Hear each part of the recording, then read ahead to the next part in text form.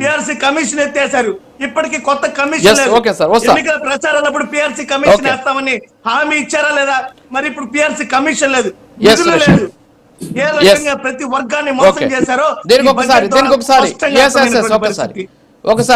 ఒకసారి విజయశేఖర్ రెడ్డి గారు వారికి ఆన్సర్ ఉందా మీ దగ్గర? ఇప్పుడు ఆయన అడిగినటువంటి ప్రశ్నలన్నిటికీ కూడా ఆన్సర్ ఉందా మీ దగ్గర? రకాలైనటువంటి అంశాలు చెప్పారు. 1 minute లో చెప్పండి ఆన్సర్. దీపం పథకానికి సంబంధించి ఈ రోజు 2600 కోట్ల రూపాయలు కేటాయించాం. దాంతో 3 మనం చెప్తున్నామో ఆ 3 సిలిండర్లు మనము ఇచ్చే పరిస్థితి. గత సంవత్సరం ఇచ్చాం, ఈ సంవత్సరం ఇచ్చాం. రెండోది అన్నదాత సుఖీభావం సంబంధించి మనము 10,000 రూపాయలు ఒక్క నిమిషం సురేష్ గారు చెప్పాము. దాని ప్రకారం 6,000 కోట్ల రూపాయలు కేటాయించాం. ఎక్కడ సమస్య ఉందో నాకు తెలీదు. అసలు ఆయన రైతే కాదండి, సురేష్ గారు రైతే కాదు. తిరుపతిలో కూర్చొని టౌన్ లో కూర్చొని మాట్లాడే వ్యక్తులకి ఏం తెలుస్తుందండి? ఇప్పుడు మేము పల్లెల్లో ఉన్నాం, పల్లెల్లో మాట్లాడుతున్నాం, రైతులంతా ఉన్నారు, ప్రతి ఒక్కరికి కనుక్కుంటున్నా, ప్రతి ఒక్కరికి డబ్బులు కొంటున్నాయి.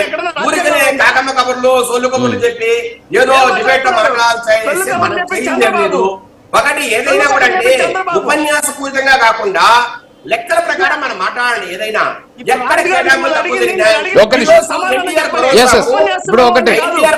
విజయశేఖర్ రెడ్డి గారు ఒక నిమిషం, సురేష్ గారు ఆగండి.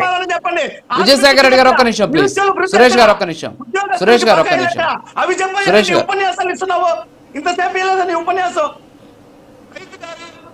Okay yes okay okay Suresh గారు ఒక్క నిమిషం.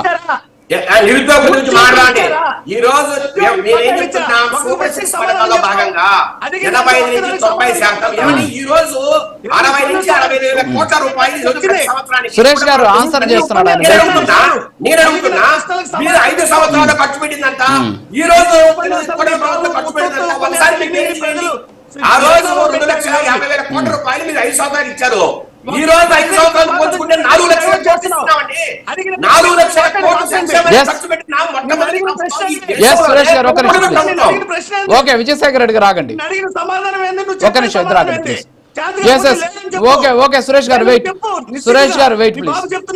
సురేష్ గారు నిరుద్యోగ వృత్తి కూడా దానికి రీప్లేస్మెంట్ గా కోసం 1,500 కోట్ల రూపాయలు ప్రవేశపెట్టాలి.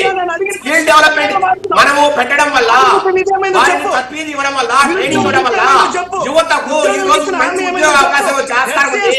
నిరుద్యోగ వృత్తి కన్నా ఒక నిమిషం విజయశేఖర్ రెడ్డి గారు. సురేష్ గారు ఆగండి ఆగండి ప్లీజ్. ఓకే అండి, టైం వేస్ట్ అవుతుంది. ప్లీజ్ ప్లీజ్ ప్లీజ్ ఒక్క నిమిషం ఆగండి. ఇద్దరు ఆగండి ప్లీజ్, ఇద్దరు ఆగండి ప్లీజ్, ఆగండి ఒక నిమిషం. సురేష్ గారు ఆగండి ప్లీజ్. లక్ష్మీకాంత్ గారు గుడ్ మార్నింగ్. సో ఒక నిమిషం సురేష్ గారు, సురేష్ గారు, సురేష్ గారు ప్లీజ్ ప్లీజ్ ప్లీజ్. లక్ష్మీకాంత్ గారు గుడ్ మార్నింగ్.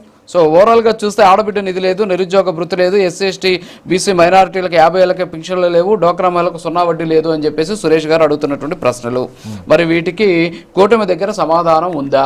మీరేమో మేము నిరుద్యోగ వృత్తి కంటే ముందే మేము వాళ్ళకి ఏదో నెల 3,000 ఇవ్వడం కంటే వాళ్ళకి ఉద్యోగ అవకాశాలు కల్పించే దిశగా ముందుకెళ్తున్నాం అంటున్నారు. 5 లక్షల ఉద్యోగాలు మొదటి 20 నెలల్లో ఇచ్చామని కూడా చెబుతూ ఉన్నటువంటి పరిస్థితి. 20 లక్షల ఉద్యోగాలు తొందరలో ఇస్తాం, అసలు నిరుద్యోగులే లేకుండా చేస్తామని మీరు చెప్తున్నారు.